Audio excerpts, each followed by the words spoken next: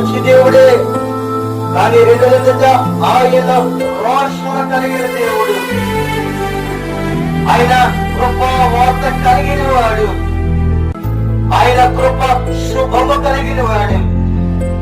ప్రతిరోజు కృపవార్త మనం వినాలి, ప్రతిరోజు కృప శుభవార్త మనం వినాలని పరిశుద్ధాత్మ దేవుడు మాట్లాడుతూ.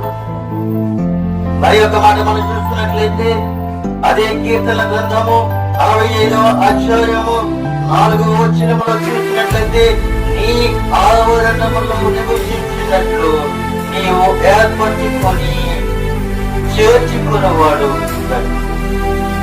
ఈ ధన్యుడు ఏమై ఉన్నాడు అంటే ఆయన యొక్క ఆవరణములో నివసించినట్లుగా ఉన్నాడు. ఆయన ఆవరణము, దేవుని యొక్క ఆవరణము, దేవుని యొక్క మందిరము, దేవుని యొక్క